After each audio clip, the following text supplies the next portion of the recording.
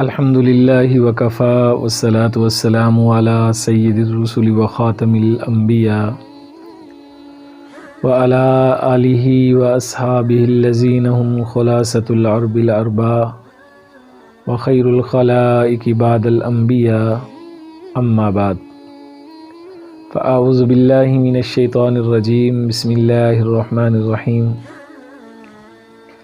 انا فتحنا لک فتحا مبینا صدق اللہ العظیم۔ ان اللہ وملائکتہ یصلون علی النبی یا ایھا الذین آمنوا صلوا علیہ وسلموا تسلیما۔ اللہم صل علی محمد وعلی آل محمد کما صلیت علی ابراہیم وعلی آل ابراہیم انک حمید مجید۔ اللہم بارک علی محمد وعلی آل محمد کما بارکت علی ابراہیم وعلی آل ابراہیم انک حمید مجید۔ ہر قسم کی حمد و ثنا خالق کائنات عز و جل کے لیے، ان گنت بار درود و سلام سرور کائنات صلی اللہ تعالیٰ علیہ وآلہ وسلم کی ذات گرامی پر۔ ناظرین، 94 نیوز کے اسٹوڈیو سے رمضان الکریم کی بابرکت ساعتوں میں رحمت رمضان نشریات کا خصوصی پروگرام درس قرآن آپ دیکھ رہے ہیں۔ کل کے درس میں فتح مکہ سے متعلق چند گزارشات بڑے اختصار کے ساتھ آپ کے سامنے رکھی گئیں۔ ناظرین اکرام، ہم یہاں تک پہنچے تھے کہ حضرت ابو سفیان رضی اللہ تعالیٰ عنہ نے رسول پاک صلی اللہ تعالیٰ علیہ وآلہ وسلم کے کہنے پر آپ صلی اللہ علیہ وسلم کی دعوت پر اسلام کو قبول کر لیا، اور جب قبول کر لیا گیا تو سیدنا عباس رضی اللہ تعالیٰ عنہ فرمانے لگے کہ اے بھتیجے، یہ چونکہ ایک بہت بڑا سردار ہے تو اس کے لیے کچھ خاص اعزاز کا بھی اعلان فرما دیجئے۔ آپ علیہ الصلوۃ والسلام نے اس کے لیے یہ اعلان فرمایا کہ جو بھی اس کے گھر میں داخل ہوگا اسے امان دی جاتی ہے۔ اب نبی پاک صلی اللہ علیہ وسلم نے حضرت عباس سے فرمایا رضی اللہ تعالیٰ عنہ کہ آپ ابو سفیان کو مکہ کے داخلی راستے پہ لے جائیے اور ایک پہاڑی پہ کھڑا کر دیجئے، اور یہ اہل اسلام کی شان و شوکت کو دیکھے۔ نبی پاک صلی اللہ تعالیٰ علیہ وآلہ وسلم نے سب سے پہلے حضرت خالد بن ولید رضی اللہ تعالیٰ عنہ سے فرمایا کہ آپ اپنا لشکر لے کر، اپنا 1000 کا دستہ لے کر مکہ میں داخل ہو جائیں، اور دیکھیں کہ کسی پر تلوار نہیں چلانی۔ ہاں، اگر کوئی آپ سے مزاحمت کرتا ہے تو پھر آپ نے اس کا جواب دینا ہے۔ سیدنا خالد بن ولید رضی اللہ تعالیٰ عنہ 1000 کا لشکر لے کر جب وہاں سے گزرے، چمکتی تلواریں جب ابو سفیان نے اور اہل مکہ نے دیکھیں تو سب دنگ رہ گئے۔ یہ میرے آقا کو اور میرے آقا کے دین کو مٹانا چاہتے تھے، لیکن اللہ نے یہ دین مٹنے کے لیے نہیں بھیجا۔ آج یہ بلند ہو رہا تھا، تکبیر کے نعروں سے پورا علاقہ گونج رہا تھا۔ مکے کے پہاڑ زیر لب تکبیر کا جواب دے رہے تھے، اللہ اکبر کی صدائیں تھیں۔ سیدنا خالد بن ولید رضی اللہ تعالیٰ عنہ کے داخلے کے وقت کچھ لوگوں نے مزاحمت کی، جس میں 28 کافر جو ہیں وہ جہنم رسید ہوئے، اور 2 یا 3 مسلمان بھی اس معرکے میں شہید ہو گئے۔ جب نبی پاک صلی اللہ تعالیٰ علیہ وآلہ وسلم کو علم ہوا تو آپ نے پوچھا، خالد یہ کیا ماجرا ہے، کیا معاملہ ہے؟ تو سیدنا خالد بن ولید رضی اللہ تعالیٰ عنہ فرمانے لگے، یا رسول اللہ، مزاحمت ہوئی تھی، ہم نے اس پر جوابی کارروائی کی ہے۔ تو آقا علیہ الصلوۃ والسلام نے فرمایا شاید اللہ کو یہی منظور تھا۔ اس کے بعد قافلے بیت اللہ کی طرف رواں دواں تھے، اور مکہ تکبیر کے نعروں سے گونج رہا تھا۔ سب سے آخری لشکر کا جب گزر ہونے لگا تو ہر ایک کی نگاہیں یہ دیکھنا چاہ رہی تھی کہ آج کا فاتح اس علاقے کو فتح کرنے کے بعد، اپنے آبائی علاقے کو فتح کرنے کے بعد یہاں پہ کیسے داخل ہوگا۔ اللہ اکبر کبیرہ، سبحان اللہ۔ ما ارسلناک الا رحمتا للعالمین کا سہرا سجا کے آنے والے کا انداز تو دیکھیے۔ آپ اپنی اونٹنی پہ سوار ہیں اور آپ علیہ الصلوۃ والسلام جب یہ داخل ہو رہے ہیں، جہاں پر آپ علیہ الصلوۃ والسلام کے چہرے پہ خوشی کے آثار ہیں، وہیں پہ عجز و انکساری کے بھی آثار ہیں۔ آپ علیہ الصلوۃ والسلام کا سر اقدس جھکتا چلا گیا،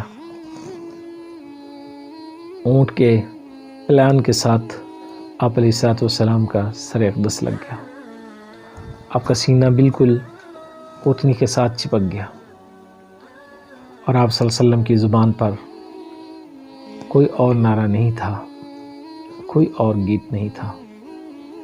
سورہ فتح کی آیات کی تلاوت تھی، رب کا قرآن تھا، آقا کی زبان تھی۔ سبحان اللہ، کیا منظر ہوگا ناظرین، کیا نظارہ ہوگا وہ۔ آپ تصور میں لے کے آئیے کہ آج جس شان و شوکت سے میرے آقا اس مکہ میں داخل ہوئے ہیں، کچھ ہی عرصہ قبل رات کے اندھیرے میں سیدنا ابوبکر صدیق رضی اللہ تعالیٰ عنہ کے ساتھ رسول اللہ کیسے نکلے تھے،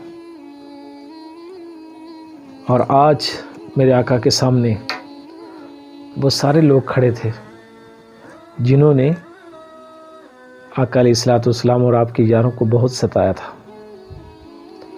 ان کے ساتھ بہت ظلم رکھے تھے۔ نبی پاک صلی اللہ تعالیٰ علیہ وآلہ وسلم سیدھے بیت اللہ شریف میں جاتے ہیں، اور ایک روایت میں آتا ہے کہ آپ ام ہانی کے گھر جاتے ہیں، آپ نے غسل فرمایا، پھر آپ علیہ الصلوۃ والسلام نے فتح کے نفل ادا کیے، اور پھر اس کے بعد رسول اللہ صلی اللہ علیہ وسلم کے ہاتھ مبارک میں چھڑی تھی، اور جو پہلا کام نبی پاک صلی اللہ تعالیٰ علیہ وآلہ وسلم نے کیا تھا وہ یہ تھا کہ آپ علیہ الصلوۃ والسلام اپنی چھڑی کا یوں کر کے اشارہ فرما رہے تھے، اور وہاں پہ سجائے ہوئے بت اوندے منہ گر رہے تھے۔ آج بت شکن آیا تھا، آج اس گھر کو بتوں سے پاک کیا جا رہا تھا، جس گھر کو بنانے والے سیدنا ابراہیم نے اپنے باپ سے اور اپنی قوم سے جنگ باز اس لیے لی تھی کہ وہ یہ کہتا تھا، یا ابت لم تعبد ما لا يسمع ولا يبصر ولا یغنی عنک شیئا۔ اے ابا جان، یہ بات عقل سے بعید ہے کہ جو سنتے نہیں ہیں، جو دیکھتے نہیں ہیں، جو کسی بھی قسم کا نفع اور نقصان نہیں دے سکتے، لم تعبدو، ان کی آپ پوجا کیوں کرتے ہیں؟ باپ بت فروش تھا، بیٹا بت شکن بنا، اور آج اسی کی نسل کا چشم و چراغ، دنیا کی سب سے عظیم شخصیت، سبحان اللہ، نبی پاک صلی اللہ تعالیٰ علیہ وآلہ وسلم تھے، اور بیت اللہ کو بتوں سے پاک کیا جا رہا تھا کہ رب کے گھر میں کسی بت کا کوئی کام نہیں ہے۔ ظلم کی حد تو یہ تھی کہ بیت اللہ میں سیدنا ابراہیم اور حضرت اسماعیل علیہ الصلوۃ والسلام کے تصویریں بھی بنا کے لٹکا لی گئی تھی۔ حالت یہ تھی کہ 360 بت تھے، کسی کو کسی کام کے لیے تو کسی کو کسی کام کے لیے رکھا ہوا تھا۔ ناظرین کرام، جب انسان کی عقل ماری جاتی ہے تو پھر ایسا ہی ہوتا ہے، چونکہ جس سے شرک والا جرم سرزد ہوتا ہے، قرآن کہتا ہے اسے عقل نہیں ہوتی، وہ بیوقوف ہوتا ہے، سمجھدار نہیں ہوتا، اس کے پاس عقل نام کی کوئی چیز نہیں ہوتی۔ تو نبی پاک صلی اللہ تعالیٰ علیہ وآلہ وسلم گرا رہے تھے۔ حضرت عمر فاروق رضی اللہ تعالیٰ عنہ کو بھی آرڈر کیا گیا، سیدنا علی المرتضیٰ رضی اللہ تعالیٰ عنہ سے بھی کہا گیا توڑ ڈالیے ان خداؤں کو. اللہ کا گھر غیر خدا سے پاک کر دو. جب یہ معاملہ سر کر لیا تو رسول پاک صلی اللہ علیہ وسلم نے اپنی اونٹنی پر بیت اللہ کا طواف کیا. شاید یہ اس لیے کہ آپ امت کو دکھانا چاہ رہے تھے. پورا مکہ کھچا کھچ بھرا ہوا تھا. وہاں اپنے بھی تھے، بیگانے بھی تھے، وہاں ظلم کرنے والے بھی تھے اور جان لٹانے والے بھی تھے. اور آقا علیہ الصلوۃ والسلام بڑی شان و شوکت کے ساتھ بیت اللہ کا چکر لگا رہے تھے. اور اس کی دوسری وجہ شاید یہ بھی ہو سکتی ہے جو علماء نے لکھی کہ نبی پاک صلی اللہ تعالیٰ علیہ وآلہ وسلم شاید اس لیے آقا علیہ الصلوۃ والسلام جو تھے وہ اونٹنی پہ طواف فرما رہے تھے تاکہ دشمن کو پتہ چلے. آج مکہ کے ان لوگوں کو علم ہو کہ عزت کس کی ہے اور عزت دینے والا کون ہے. ناظرین کرام، نبی پاک صلی اللہ تعالیٰ علیہ وآلہ وسلم نے اس کے بعد اپنی قوم کو خطاب فرمایا. خطاب میں آپ نے اللہ کی حمد و ثنا بیان کی اور اللہ کی حمد و ثنا کی بات اپنی عاجزی کا اظہار فرمایا. اور پھر اس کے بعد رسول اللہ صلی اللہ تعالیٰ علیہ وآلہ وسلم نے فرمایا، اے قریش کے لوگوں، مجھے بتاؤ تمہارا کیا خیال ہے، تمہارے ساتھ کیا سلوک ہوگا، میں تمہارے ساتھ کیا کروں گا. تو لوگ کہنے لگے آپ کرم کرنے والے بھائی ہیں اور کرم کرنے والے باپ کے بیٹے ہیں.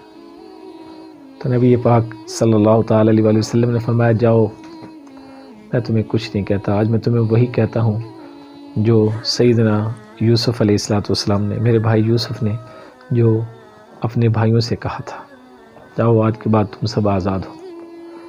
اور پھر اس کے بعد آپ صلی اللہ علیہ وسلم نے فرمایا کہ جو بیت اللہ میں داخل ہو اسے بھی امان ہے، جو حکیم ابن حزام اور ابو سفیان کے گھر میں داخل ہو جائے اسے بھی امان ہے، جو اپنے گھر کا دروازہ بند کر لے اسے بھی امان ہے، اور جو بھاگ جانے میں غنیمت سمجھ یہاں سے نکل جائے اسے بھی امان ہے.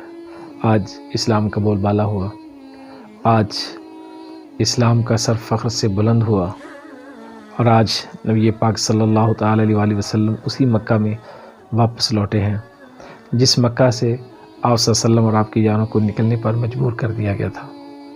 ناظرین کرام، تلک الایام نداولها بین الناس، لوگوں کے درمیان دلوں کو پھیرنے والا اللہ ہے. مت پریشان ہو جایا کریے، اسلام مٹنے کے لیے نہیں آیا، اگرچہ کہ پوری دنیا کا کفر اس وقت اسلام کو مٹانے کے در پہ ہے. مختلف قسم کی سازشیں ہو رہی ہیں، مختلف قسم کے معاملات اور طریقہ کار ہیں، لیکن انشاءاللہ اسلام کا ہی بول بالا ہوگا. 94 نیوز کے اسٹوڈیو سے مجھے اجازت دیجیے. اللہ نگہبان. السلام علیکم ورحمۃ اللہ وبرکاتہ.